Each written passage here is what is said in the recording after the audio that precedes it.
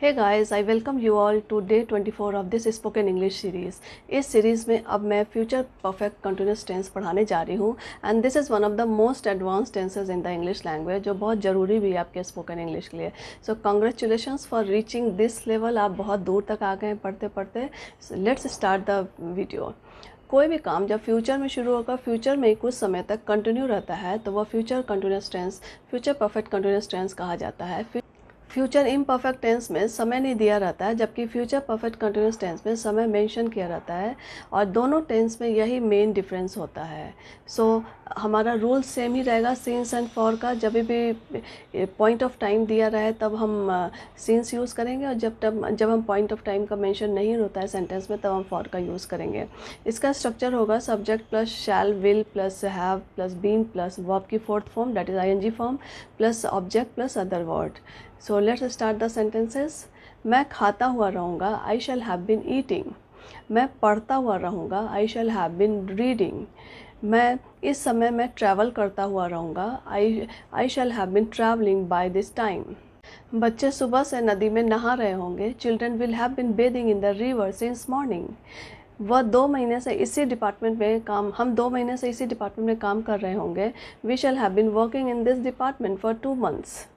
मेरा भाई 1 घंटे से एक्सरसाइज कर रहा होगा, my brother will have been exercising for an hour. अब हम नेगेटिव सेंटेंसेस का फॉर्मूला देख लेते हैं। इसमें subject plus shall will plus not plus have plus been plus verb की fourth form plus object plus other word.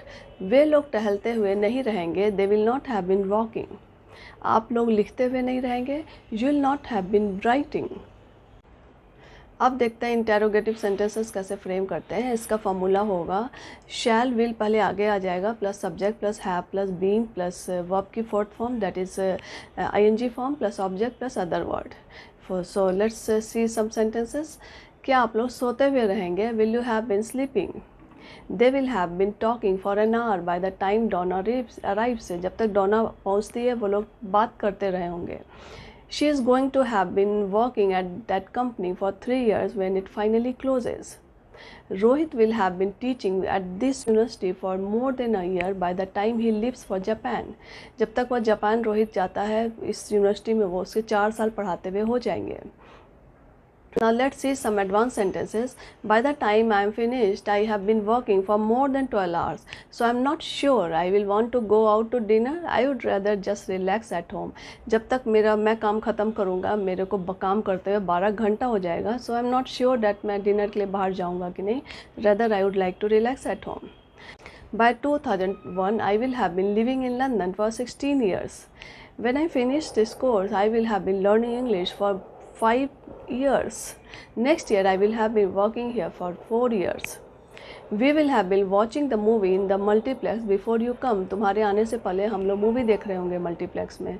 We will have been shopping in the market before he comes. जब तक वो आता है हम लोग शॉपिंग कर रहे होंगे मार्केट में. With this we have come to an end of this video.